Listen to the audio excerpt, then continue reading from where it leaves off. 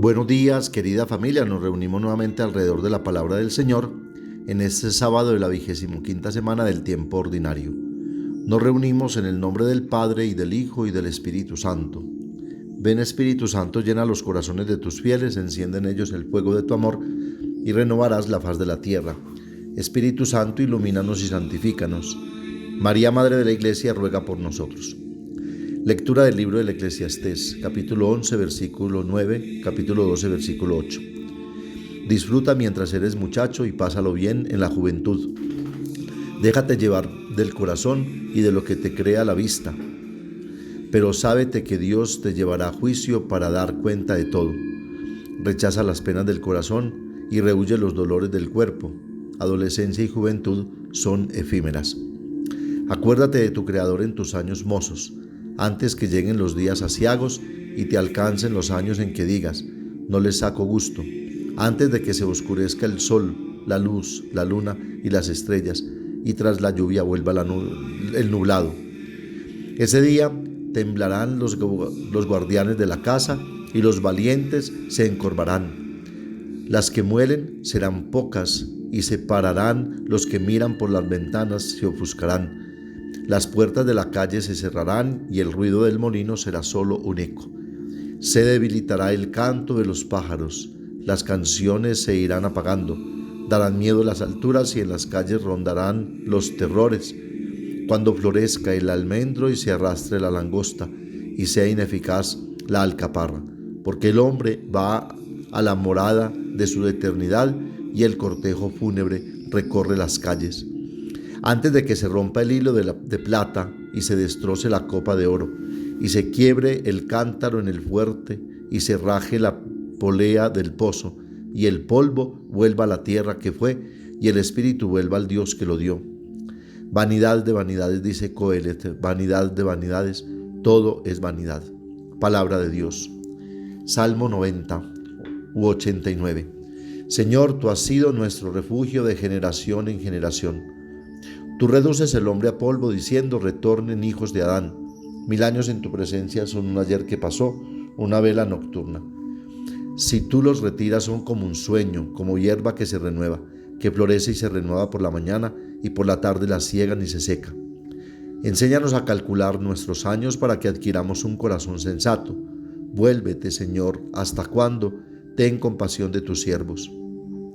Por la mañana sácianos de tu misericordia y toda nuestra vida será alegría y júbilo. Baje a nosotros la bondad del Señor y haga prósperas las obras de nuestras manos. Sí, haga prósperas las obras de nuestras manos.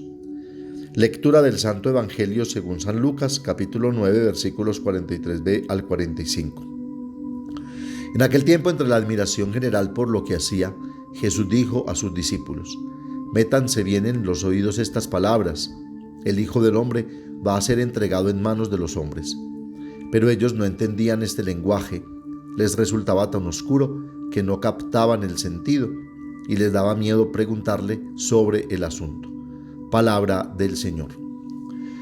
Nuevamente nos encontramos hoy con un pasaje importantísimo de este libro sapiencial, sobre todo para las juventudes, diría de todos los tiempos, tan proclives a dejarse llevar por lo superficial y pasajero, a poner la confianza en tantas cosas que rápidamente pierden su color y belleza, y que no dan respuestas eficaces a los grandes interrogantes de la vida.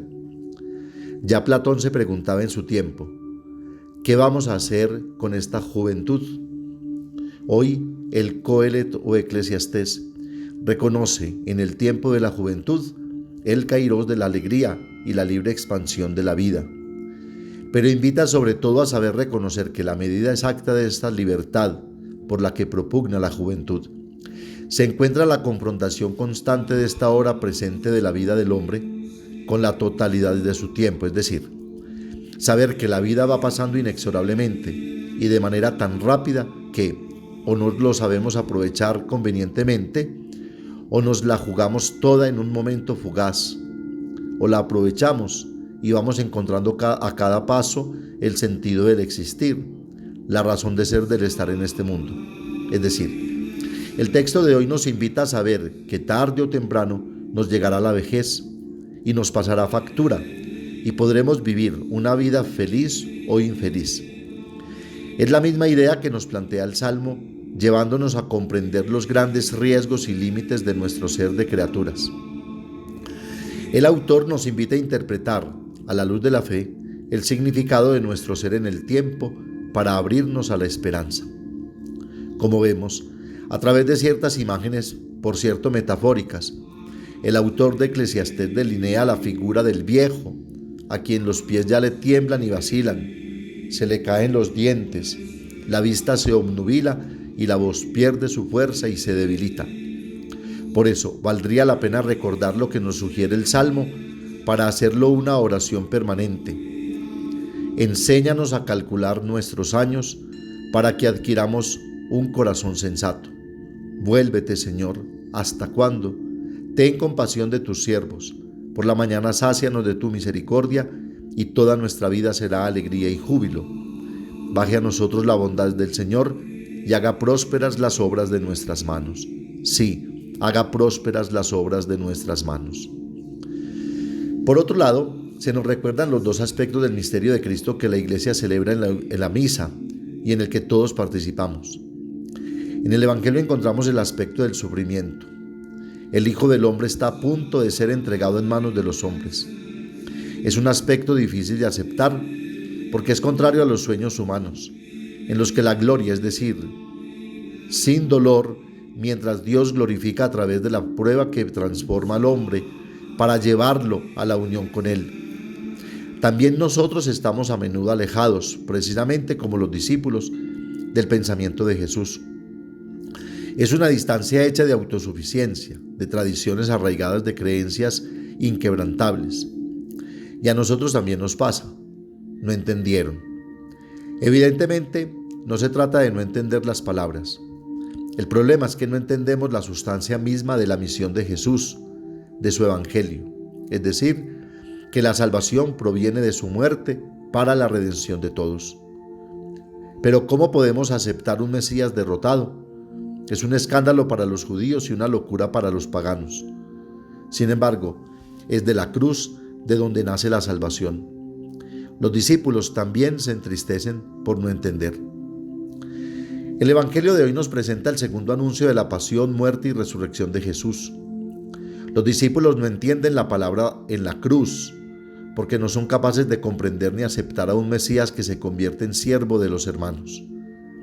Siguen soñando con un Mesías glorioso según los estándares de este mundo. Por eso el contraste que plantea el evangelista. Todos estaban maravillados por todo lo que hacía, pero Jesús dijo a sus discípulos: métanse bien en los oídos estas palabras. El Hijo del Hombre va a ser entregado en manos de los hombres, va a ser entregado. Sabemos por lo que dicen los estudiosos de la Sagrada Escritura que esta expresión es un pasivo divino, es decir, es Dios quien lo va a entregar para la salvación de los hombres. El contraste es muy grande. Por un lado aparece la admiración de la gente por todo lo que Jesús dijo e hizo.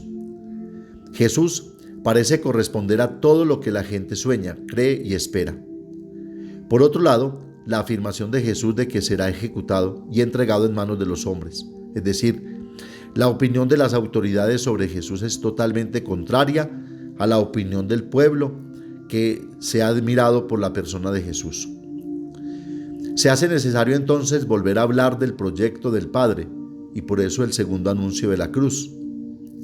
Pero ellos no entendían este lenguaje, les resultaba tan oscuro que no captaban el sentido y les daba miedo preguntarle sobre el asunto. Los discípulos lo escucharon, pero no entendieron la palabra en la cruz. Pero aún así no piden aclaraciones, tienen miedo de dejar aparecer su ignorancia, o miedo de asumir la misma suerte del Maestro, tal vez miedo de los retos y desafíos que conlleva seguir la persona de Jesús. ¿Qué significa el título Hijo del Hombre? Este nombre aparece con gran frecuencia en los Evangelios, 12 veces en Juan, 13 veces en Marcos, 28 veces en Lucas, 30 veces en Mateo, un total de 83 veces en los 4 Evangelios. Es el nombre que más le gustó a Jesús. Este título proviene del Antiguo Testamento. En el libro de Ezequiel se indica la propia condición humana del profeta, Ezequiel 3, 1, 4, 10, 17, 4, 1. En el libro de Daniel, el mismo título aparece en la visión apocalíptica, Daniel 7, 1, 28, en la que Daniel describe los imperios de los babilonios, los medos, los persas y los griegos. En la visión del profeta, estos 4 imperios tienen el aspecto de animales monstruosos, Daniel 7, 3, 8. Son imperios animalistas, brutales, inhumanos, que persiguen y matan, Daniel 7, 21, 25. En la visión del profeta, después de los reinos antihumanos, aparece el reino de Dios, que tiene la apariencia no de un animal feroz, sino de una figura humana, el Hijo del Hombre, es decir, un reino con apariencia de hombre, un reino humano que promueve la vida y humaniza, Daniel 7, 13, 14. Por eso vino no como un lobo igual a otros lobos, sino como un cordero manso y humilde. Decía el padre Jairo Henao, recordando una enseñanza de un maestro suyo, que al hacerse hombre fue la mejor manera de enseñar su divinidad. En la profecía de Daniel, la figura del Hijo del Hombre representa no a un individuo, sino, como él mismo dice, al pueblo de los santos del Altísimo, Daniel 7, 27 y 7, 18. Es el pueblo de Dios, el que no se deja engañar ni manipular por la ideología dominante de los imperios animalistas. La misión del Hijo del Hombre, es decir, del pueblo de Dios, consiste en realizar el reino de Dios como reino humano, reino que promueve la vida, que humaniza a las personas, que elimina el egoísmo, que promueve la paz y la justicia, que hace hermanos, hijos de Dios y herederos de su reino. Al presentarse a los discípulos como el Hijo del Hombre, Jesús hace suya esta misión, que es la misión de todo el pueblo de Dios. Es como si les dijera a ellos y a todos nosotros: vengan conmigo. Esta misión no es solo mía, sino que nos pertenece a todos. Vayamos juntos a realizar la misión que Dios nos ha encomendado y vayamos juntos a realizar el reino humano que Él soñó, un reino que nos hace hermanos. Y esto fue lo que hizo a lo largo de su vida, especialmente en los últimos 3 años. El Papa León Magno dijo: Jesús era tan humano, pero tan humano como solo Dios puede ser humano. Cuanto más humanos, más divinos son los hombres, lo que les quita este sentido de humanidad y les aleja de Dios. Dice Andrea Tesarolo: tan Dios que se hizo hombre, tan vivo que pudo morir, tan sí mismo de poder dar la mano a los otros. Ser entonces entregado en manos de los hombres no es solo el destino del Dios hombre. Todo aquel que quiera seguirlo tiene delante este camino. Hasta aquí Andrea Tesarolo. Jesús pone el bien de la persona humana por encima de todas las leyes, por encima del sábado, Marcos 2:27, de su sentencia de muerte por el tribunal religioso del Sanedrín. Jesús asumió este título cuando se le preguntó si era el Hijo de Dios, Marcos 14:61. Él responde que es el Hijo del Hombre. Yo soy, y verán al Hijo del Hombre sentado a la diestra del Todopoderoso, Marcos 14:62. Por esta declaración fue sentenciado culpable de muerte por las autoridades. Él mismo sabía, porque había dicho: el Hijo del Hombre no ha venido a ser servido, sino a servir y dar su vida en rescate por muchos. Marcos 10:45. Que la Santísima Virgen María nos ayude a dar también nosotros la vida por nuestros hermanos, sirviéndolos, amándolos y comprendiendo toda miseria humana. Amén. Padre nuestro que estás en el cielo, santificado sea tu nombre. Venga a nosotros tu reino, hágase tu voluntad en la tierra como en el cielo. Danos hoy nuestro pan de cada día, perdona nuestras ofensas, como también nosotros perdonamos a los que nos ofenden. No nos dejes caer en la tentación y líbranos del mal. María, Madre de la Iglesia, ruega por nosotros.